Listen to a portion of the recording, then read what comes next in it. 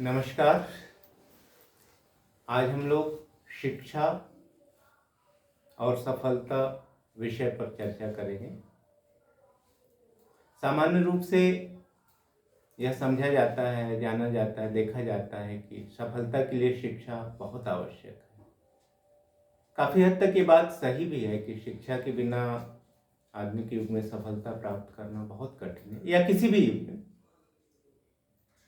लेकिन बहुत से ऐसे लोग हुए हैं जो कई कारणों से प्राथमिक शिक्षा से वंचित रह जाते हैं। फिर भी इनमें से अनेकों लोग जीवन में बहुत सफल होते हैं। तो ऐसे ही कुछ लोगों को आज हम लोग जानने समझने का प्रयास करेंगे, जो प्राथमिक शिक्षा भी नहीं ले पाए, अक्षर ज्ञान भी नहीं ले पाए, फिर भी जीवन में बहुत सफल रहे। ऐसे दो तीन उदाहरण आज हम लोग देखेंगे। इनमें से पहला उदाहरण एक महान समाज सुधारक, महान कर्मयोगी और महान संत कबीरदास जी हैं, जो कि प्राथमिक शिक्षा नहीं ले पाए थे, अक्षर ज्ञान भी नहीं ले पाए थे। फिर भी उन्होंने जो साहित्य दिया कि लोगों को, जो उपदेश दिया समाज को, वो बहुत महत्वपूर्ण है। आज भारत में कबीर साहित्य के अध्ययन के बिना कोई भी ये नहीं कह सकता कि हमने साहित्य का पूरा अध्ययन कर लिया है। कबीरदास जी के साहित्य पर भारत के बड़े बड़े विश्वविद्यालय, दुनिया के बड़े बड़े विश्वविद्यालय, बड़े बड़े प्रोफेसर्स, बड़े बड़े स्कॉलर्स शोध कर रहे हैं कि कबीरदास जी ने क्या उपदेश दिया, उनकी क्या शिक्षाएं हैं। इससे यह पता चलता है कि एक व्यक्ति जो कभी स्कूल गए ही नहीं, उन्होंने कैसे इस लक्ष्य को प्राप्त किया। और आज दुनिया के विद्वान लोग, प्रोफेसर बड़े बड़े विश्वविद्यालयों में उनके ऊपर शोध कर रहे हैं कि उनका क्या संदेश है, उनके क्या उपदेश है। यह उनकी सफलता को बताता है। दूसरा उदाहरण हम लोग दशरथ माझी जी का ले सकते हैं, जो कि बिहार के गया जिले में पैदा हुए थे। वो भी प्राथमिक शिक्षा नहीं ले पाए थे, जीवन बहुत ही अभाव में गुजरा था और कई तरह के संघर्ष करते हुए वो जीवन में आगे बढ़ रहे थे। आज के युग में हम उन्हें माझी द माउंटेन मैन के नाम से जानते हैं। इसी टाइटल से उनके ऊपर संभवतः एक फिल्म बनी है, ताकि भारत और दुनिया के लोग उनके बारे में, उनके कार्य को, उनके जीवन को जान सकें, समझ सकें और अपना सकें।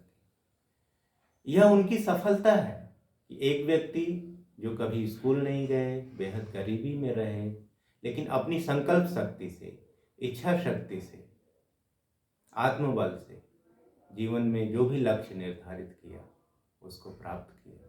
जिसको शुरू में लोग असंभव बता रहे थे, उसको संभव करके दिखाया।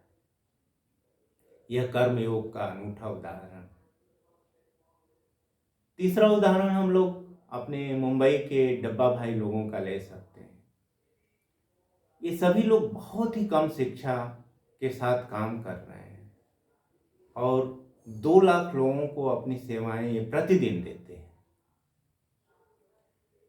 और ये सेवाएं एररलेस होती हैं, कोई गलती नहीं होती है और समय पर बिल्कुल परफेक्ट टाइम पे अपनी सर्विस डिलीवरी देते हैं। यही कारण है कि भारत और दुनिया के बड़े बड़े मैनेजमेंट स्कूल्स और बड़े बड़े मैनेजमेंट के स्कॉलर्स, विद्वान इनमें रुचि लेते हैं, इनके काम को जानने समझने का प्रयास करते हैं कि इतनी कम शिक्षा लिए हुए लोग कैसे अपने काम को, अपनी ड्यूटी को परफेक्टली पूरा कर रहे हैं। और इन्हीं में से कुछ लोगों को ये लोग अपने इंस्टीट्यूशंस में छात्रों को मैनेजमेंट की स्किल्स सिखाने के लिए, मैनेजमेंट पर लेक्चर देने के लिए इनवाइट करते हैं, जो कि बहुत कम प्राथमिक शिक्षा प्राप्त किए हुए हैं, बहुत कम शिक्षा प्राप्त किए हुए हैं। ये इनकी सफलता है। इससे पता चलता है कि जीवन में अगर कोई व्यवधान आ जाए, चाहे वो शिक्षा ही क्यों न हो या कोई और समस्या हो, वो बहुत बड़ी बाधा नहीं होती है। अगर हम अपने कार्य में के प्रति समर्पित हैं और कठिन परिश्रम करते हैं और एकाग्रता से काम करते हैं, तो उस कार्य में हमें सफलता मिल जाती है और हम अपने लक्ष्य को प्राप्त कर लेते हैं। भगवान कृष्ण ने भी गीता में कहा है, योगः कर्मसु कौशलम्। योग क्या है? कर्म की कुशलता है।